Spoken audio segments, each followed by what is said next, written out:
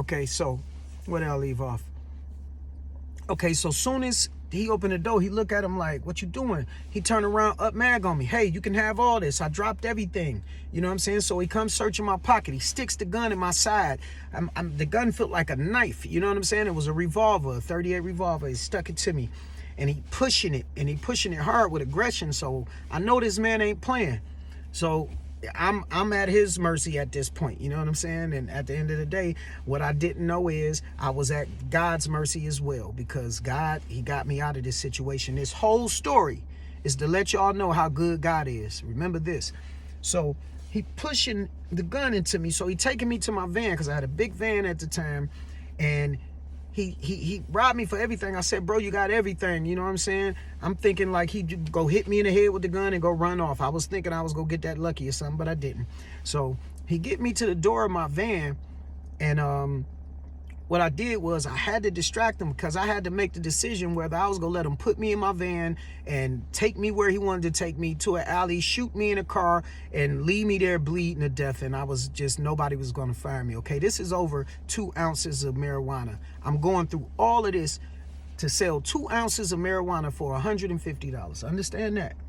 So I had to make a decision. Am I going to fight for my life, or am I going to let him just have his way with me? And I made the decision to fight for my life.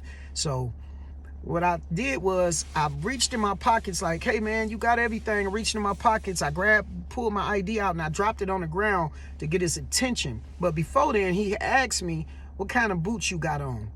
And when he asked me what kind of boots I had on, because I had on some brand new Nike boots like when they first came out, I pulled out my ID and I was like, man, Nike.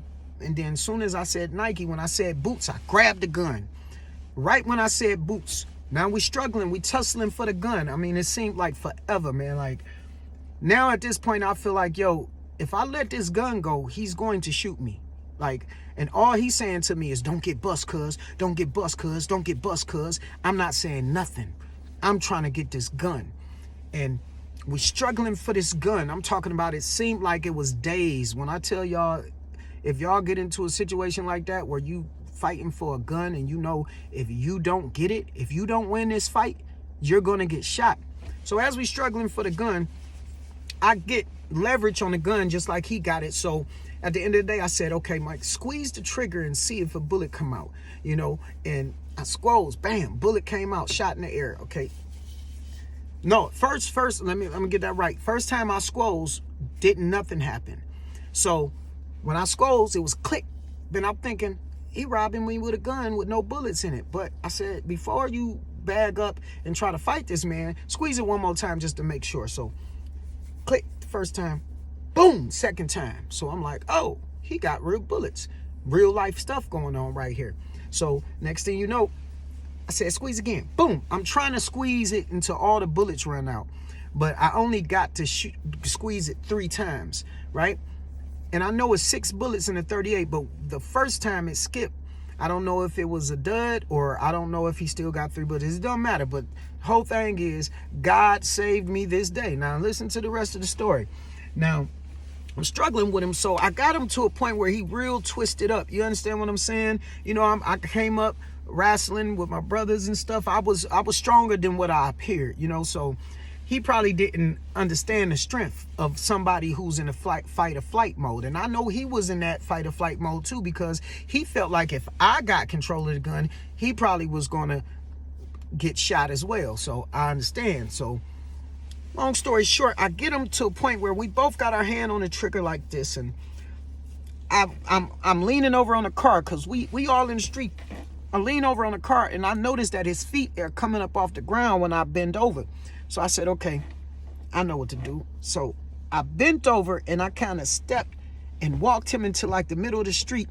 And I took all the bit of energy I had in me, lift back, pulled him over my back, and he flipped over my back, and we both fell down. Boom, boom. Got up. I came up with the gun.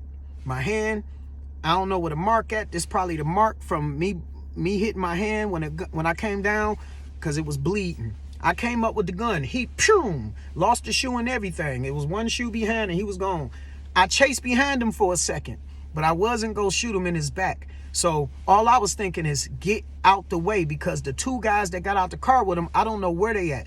The whole time that I'm struggling with the gun, in the back of my mind, I'm thinking the two guys that went in the house with him was gonna come out and they was gonna help him to restrain me, and it was over for me. So I'm scared the whole time, right? So now that I got the gun and he ran away, I'm still not feeling safe. I leave my ID, I leave my van, I go down the street, because remember, I grew up in this neighborhood. I went, knocked on somebody's door, and I asked them, can I use their phone? It was a lady that came to the door. They let me use the phone.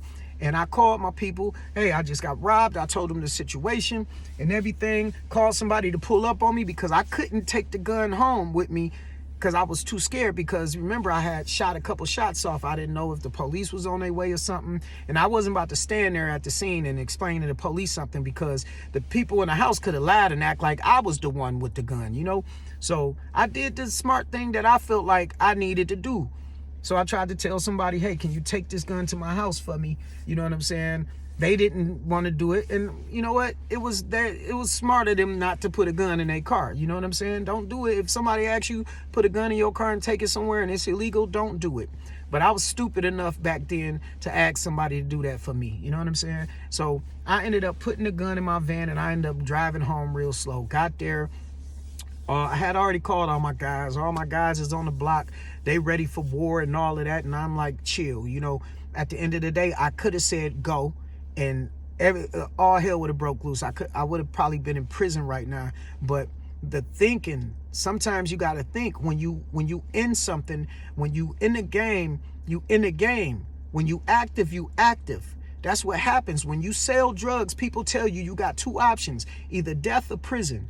And at the end of the day, that's how it was. It was like, hey, if I got away with my life, I'm not about to go back to try to take nobody else's life when I done already got away with my life. God done already saved me from that situation.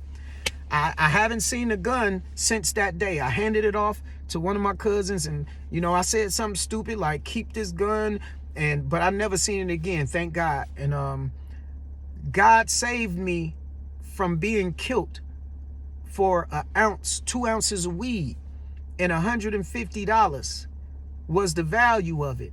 And I'm saying that to say, don't put your life on the line for something so small, because nowadays, and just think, that was back in the Nextel days. Nowadays, guys is robbing you for a pill, 2 pills. Don't ever think that, man, it's only 2 pills. Ain't what, he gonna rob me for 2 pills? He gonna rob me for 1 bag of weed? Yes, it's people doing that right now. So be mindful of what you do. But the whole message of this video is, I got away with my life. God spared me.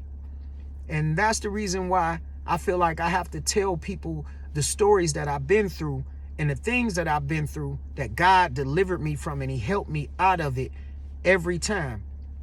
And I still was doing stuff after that I could have been in trouble for, but I didn't understand until now.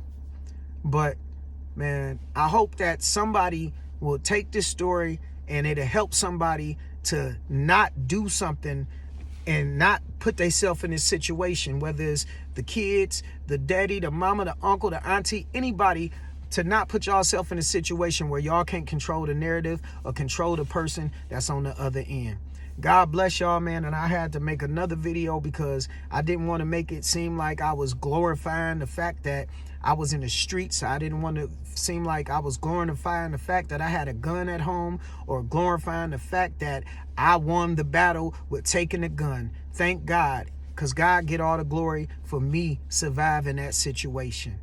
Until then, until later, until now, listen, subscribe, like, comment, subscribe to my channel, because there's a whole lot more stories I got to tell y'all that's real, and it'll help somebody, because I've been through some stuff, and I'm not about to tell no fictional stories. I'm going to tell my testimony. That's what it is. I took that other video down because that wasn't a testimony. That was me telling y'all an exciting story. This is my testimony. God bless y'all. And that's what I got to say. And like I said, the moral of this video is for people to actually get something out of it and say, I'm not going to put myself in a situation out there in them streets, to whereas I feel like I'm safe doing something that Satan want us to do. God bless you.